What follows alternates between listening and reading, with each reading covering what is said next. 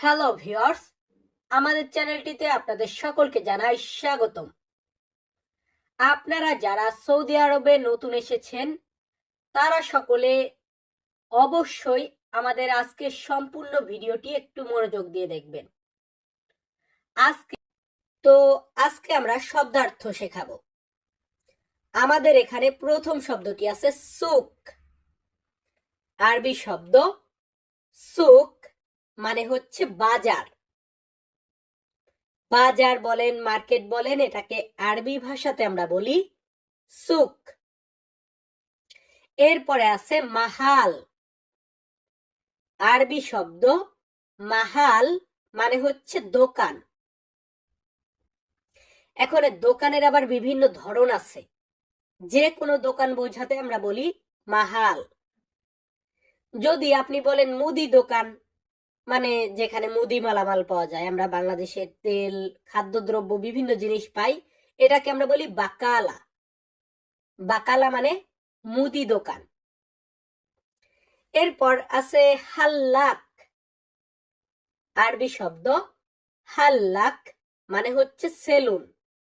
আমরা চুল দাড়ি যেখান থেকে সেভ করাই সেলুন বলি, এটাকে আরবিতে বলা হয় হাল্লাক। এর পরবর্তী শব্দটি আছে জেদিদ।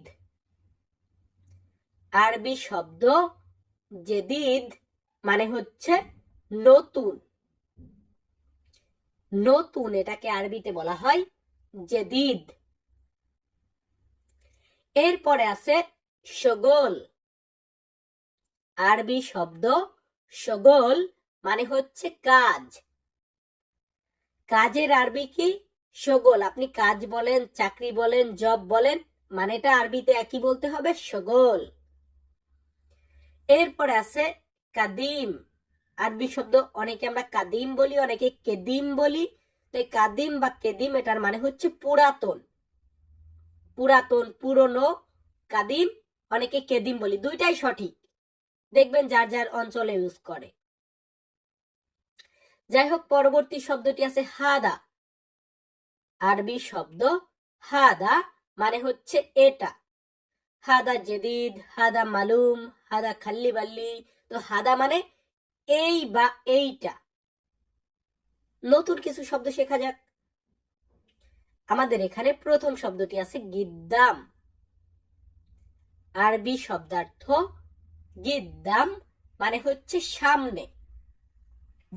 কোন একটা জিনিস আপনার সামনে আছে, সামনে, এটা বলতে গেলে বলতে হবে গিদ্দাম। এবং পিছনে বা ব্যাক সাইডে, এটা বলতে গেলে আরবিতে বলতে হবে অরা। আরবি শব্দ অরা মানে হচ্ছে পিছনে, গিদ্দাম মানে হচ্ছে সামনে। এর পরবর্তী শব্দটি আছে নার। আরবি শব্দ নার মানে হচ্ছে আগুন।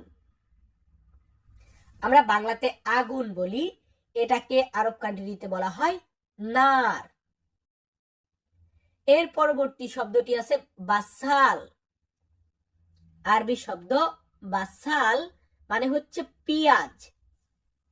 আমরা যে পেঁয়াজ খাই, এই পেঁয়াজটাকে সৌদি, কাতার, কুয়েত, দুবাই, প্রত্যেকটা দেশেই, মোট কথা আরবের যেগুলা দেশ আছে, শুধু লিবিয়া এমনটা না, শুধু সৌদি এমনটা না, প্রত্যেকটা দেশেই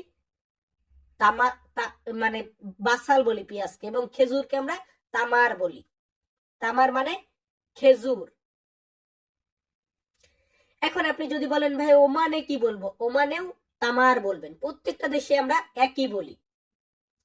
এরপর আছে মালুম। আরবি শব্দ মালুম মানে হচ্ছে জানা।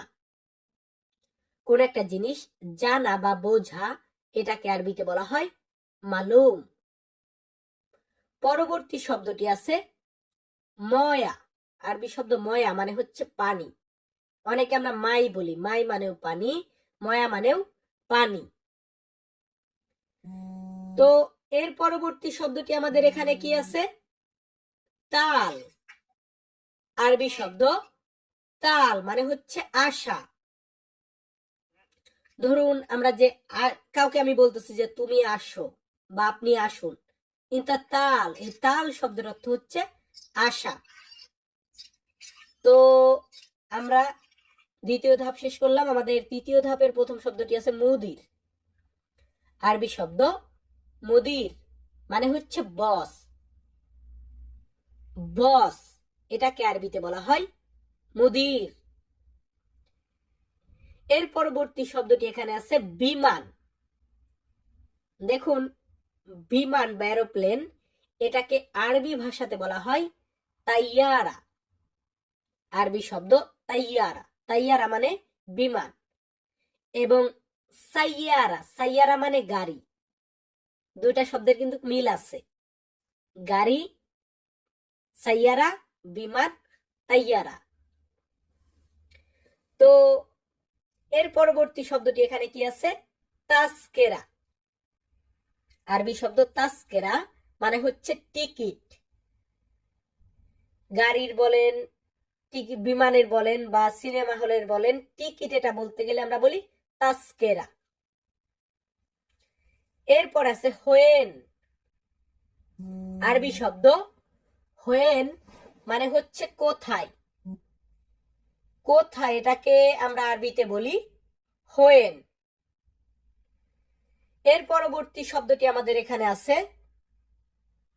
মুশকিলা। আমরা সমস্যা বলি বাংলাতে, এই সমস্যা এটাকে আরবি ভাষাতে বলা হয় মুশকিলা। মাফি মুশকিলা, সমস্যা নেই, জিয়াদা মুশকিলা, অনেক সমস্যা। তো এই মুশকিলা শব্দের অর্থ হচ্ছে সমস্যা।